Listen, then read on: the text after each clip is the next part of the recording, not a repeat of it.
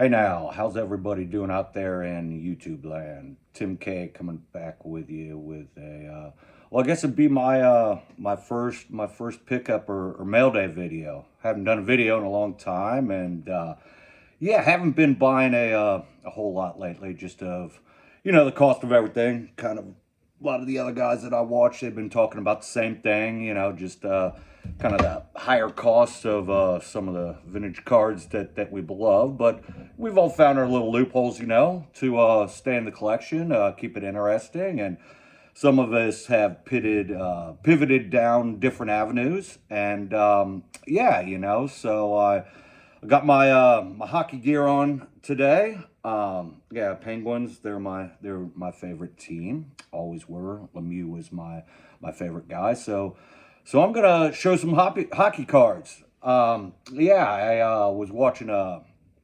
wasn't recent, but Shane Shoebox Legends did a video about hockey cards, and I've got a fairly good collection of hockey cards, and so I decided to revisit those as I normally do. But I realized I had a huge hole in my hockey collection as far as great players, all time greats, and I couldn't believe I didn't have one single example of this guy's card.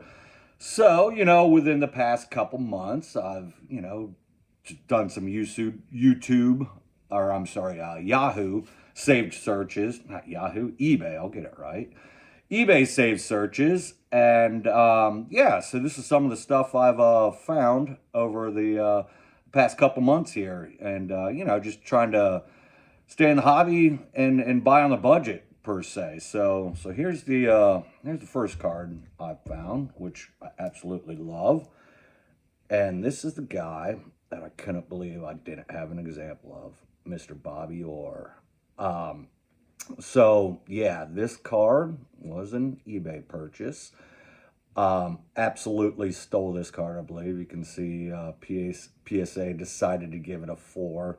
To me, it looks like a 7. The only thing when I looped it, had a minute little surface scratch right in here. Other than that, you can see it's super well centered card, very sharp card. So thank you, eBay, for us that don't grade anymore and just buy graded cards that do not submit anymore, because I would have been pretty mad if I would have submitted this card and it came back a 4. Anyway, show you the back here real quick. This is his, obviously, 1970 to 71 All-Star card. I've always loved this card. It's kind of the retro look, the purple, the green, the blue. It just works, even with his white jersey. Super cool card. And again, this was on a budget. I bought it for hammered at 26. So by the time taxes and shipping and taxes, $34.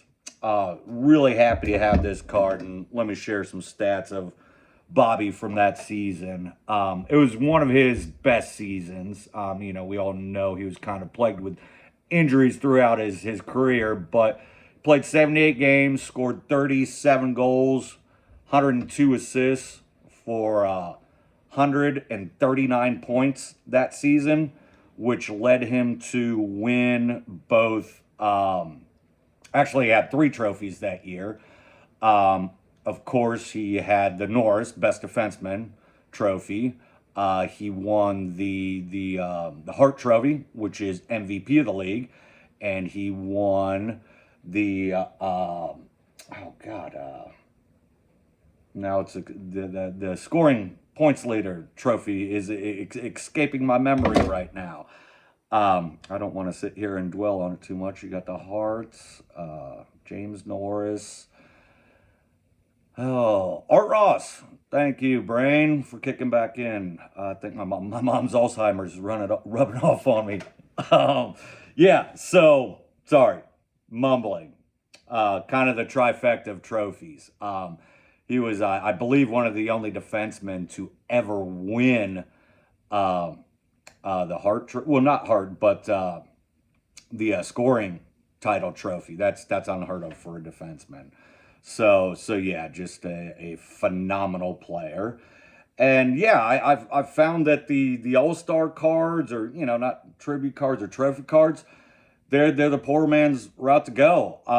I like the images on them better too. A lot of his regular O-Pee-Chee or Topps images, they're just kind of boring images of him, just really kind of like a portrait or something. That's why I really love this next card I got.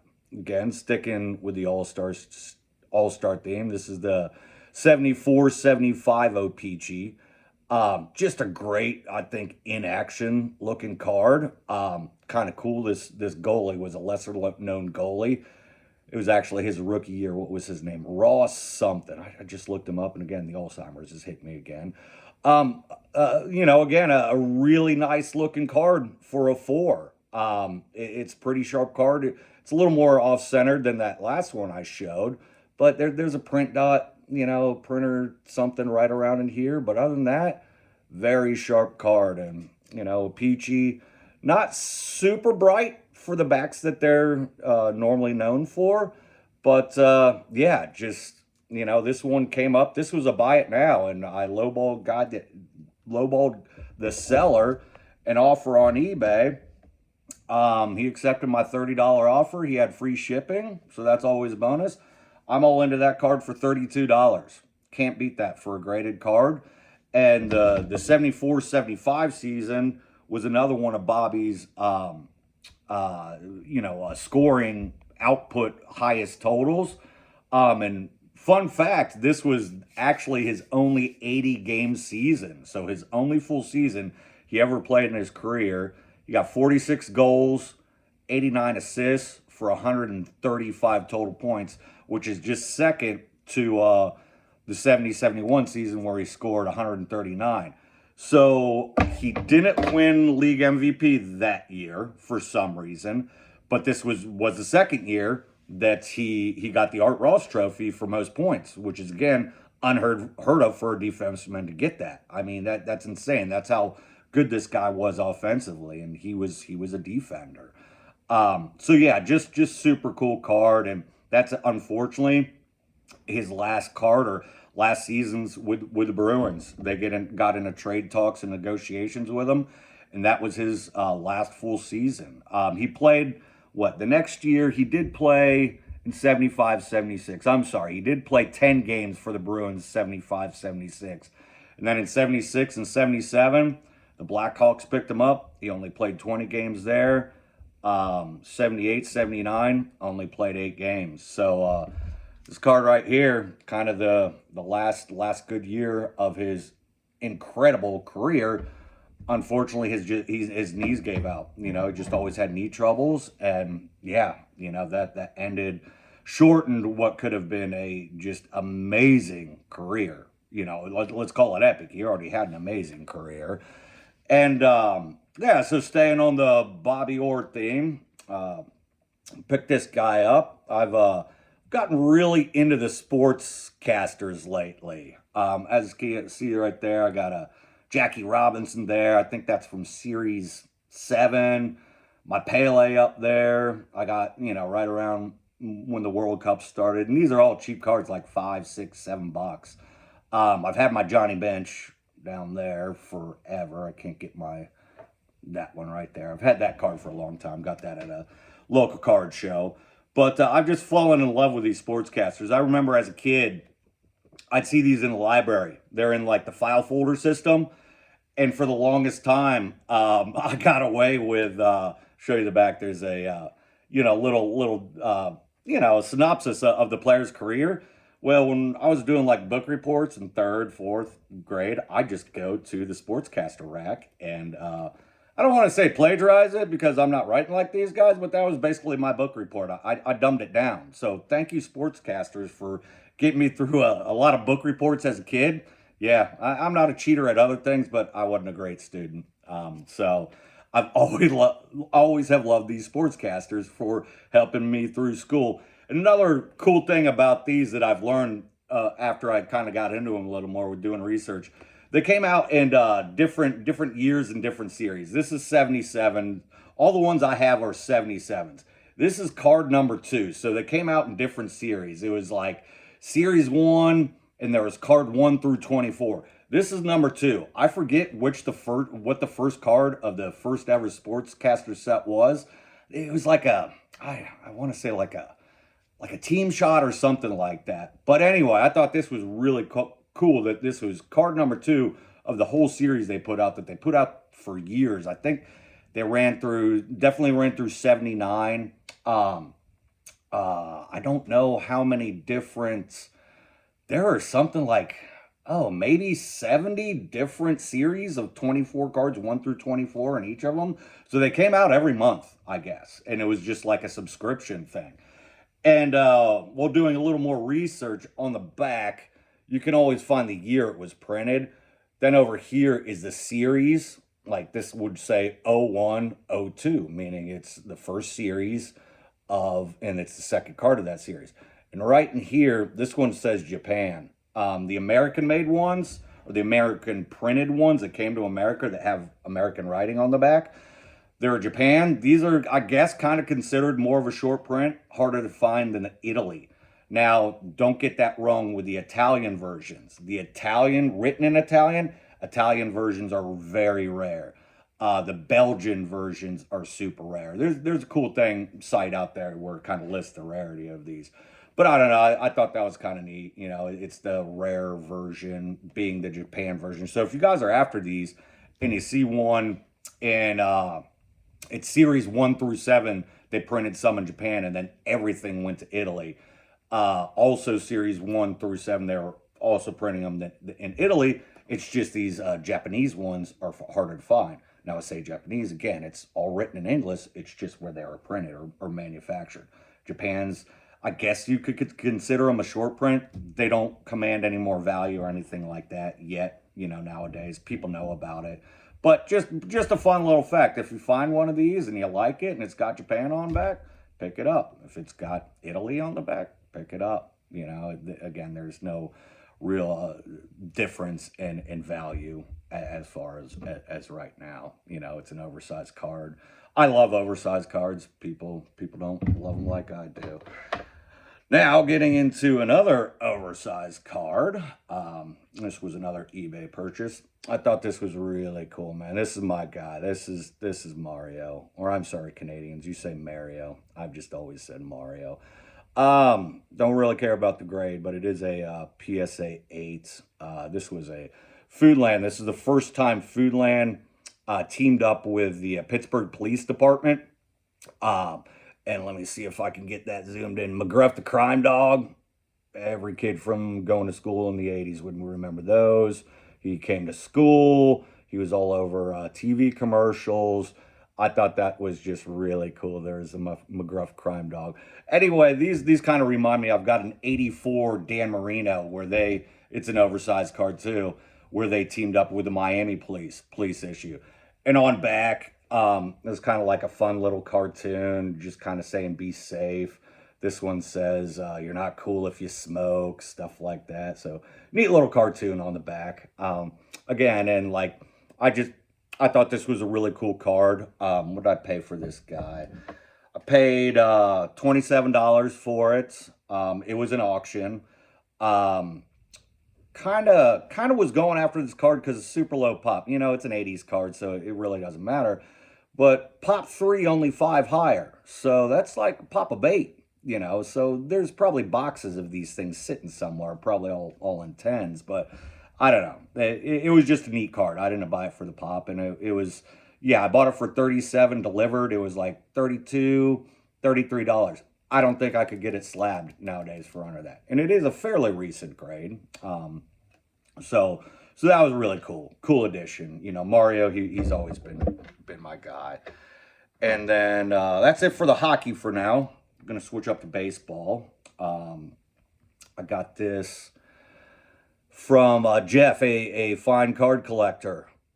He had a recent video, maybe about a month ago, where he was getting rid of a lot of his 80s cards. And Roger Clemens was, again, one of my guys in the 80s, one of my favorite guys. You know, I was right there with every other kid, loving Clemens, McGuire, Canseco, the Bash Brothers, and of course I love my Reds guys, Eric Davis. Eric Davis had a phenomenal 87 season, which was the year I probably ripped the most wax. Barry Larkin came out that year. But anyway, of course I have the Donruss of this, but Jeff had the Leaf in an 8.5. Really nice card, good looking card. I've always loved this set. This is one of my favorite all-time sets. I think it's a sleek classic design. Just this red and black. To me, it's sexy. I don't know. It's crazy, but this really helped me out, Jeff. Thank you. You gave me a great price on it. $30 shipped. No tax. Kind of got the bro deal because we're buddies. So that was really cool of Jeff. And again, it helped me out because I do have this set. So now I have one of the bigger cards in the set graded. And funny thing about the Leaf set, it's much, much smaller than the regular Donruss set. I want to say it's 264 cards. Kind of following suit with a lot of the older vintage hockey card sets, where that was their magic number, 264. So again, thank you, Jeff. Just a great addition to my collection at a cheap budget for $30. That seems to be my wheelhouse. I love graded cards that you can get in a decent grade and good looking condition for $30, man. You can't beat that. That's collecting on a budget. That's been my pivot here lately. The vintage and especially the iconic stuff that's on my wish list. It's just too high. I'll play the waiting game, and if they never go down, well, I've missed out on them. I still have all these great cards. And then so my last but not least, I'm going to show you modern football. Yeah, this is, the C.J. Stroud, Ohio State rated rookie. Love me some rated rookies. All the modern football stuff I have, it's all of this Donruss Optic, and this is actually the hollow. Me being an Ohio boy, of course, I love Ohio State. So this is a 9. Don't really care about that. But talk about dirt cheap, man. I bought this card for $8.50. Couldn't believe it when it hammered at that. So, after shipping and taxes, it was $15, but still, and I know it's not his true rookie, but again, I'm an Ohio State guy. So it's a card I've been looking for, and the price was right. And it was actually an auction that it didn't end at a weird time. It's just, one of those things that I'll rack it up to, it's out of football season and no one's thinking about it. And, Stroud, he had a great rookie year. It's kind of gone down the past couple years, but, at $8.50, $15 shipped, I'll take it, and let me go back to the Clemens real quick again. Sorry, you can't really see it. Sorry, with the glare. It's a little dark in here, big thunderstorm going on, so my lighting's not as good. But it is, since it's Leaf, it's American up here, and then written in French down here. Now, all the stats, those are, of course, American. But it is, the Leaf cards are kind of like O-Pee-Chee cards, where they've got, French and American written on them, which is pretty cool. And I forget the pop count on that 8.5. Oh, it was like a 40, 44. Again, I'm sure there's way more PSAs graded out there, and not a huge pop count guy, but I don't know. I just always think it's kind of neat when you have a card that's under 100. Shoot, even 1,000. If I have vintage hockey cards that total pop is under 1,000, I think that's pretty good. By no means is it a rare card, but there's not, it's not the Ken Griffey Jr. that there's 100,000 of them graded, or Wemby, the Wemby rookie cards that there's tens of thousands of those graded. So anyway, that's pretty much all I got for now. Again, thank you for tuning in, if you did, and staying with me this long for my first ever pickup video. I just kind of wanted to show some cards that I've, mail day cards that I've gotten over the past couple months, and then kind of just implore you guys that, I know it's frustrating that everything's gone up, but there's still stuff out there. I've got, I did the rough math real quick over the past couple months, 5 graded cards and this one raw card that, what was that, $8 shipped, for under $150. That's, and that was over the last 2 months. That's less than, that's $75 a month, which I know some people's budgets aren't that, but you know, I try and stay right around 100. So past couple months, I've actually come in under budget. So very, very cool stuff. Again, thank you if you stayed with me this long, and peace out, and I will see you down the road. Bye.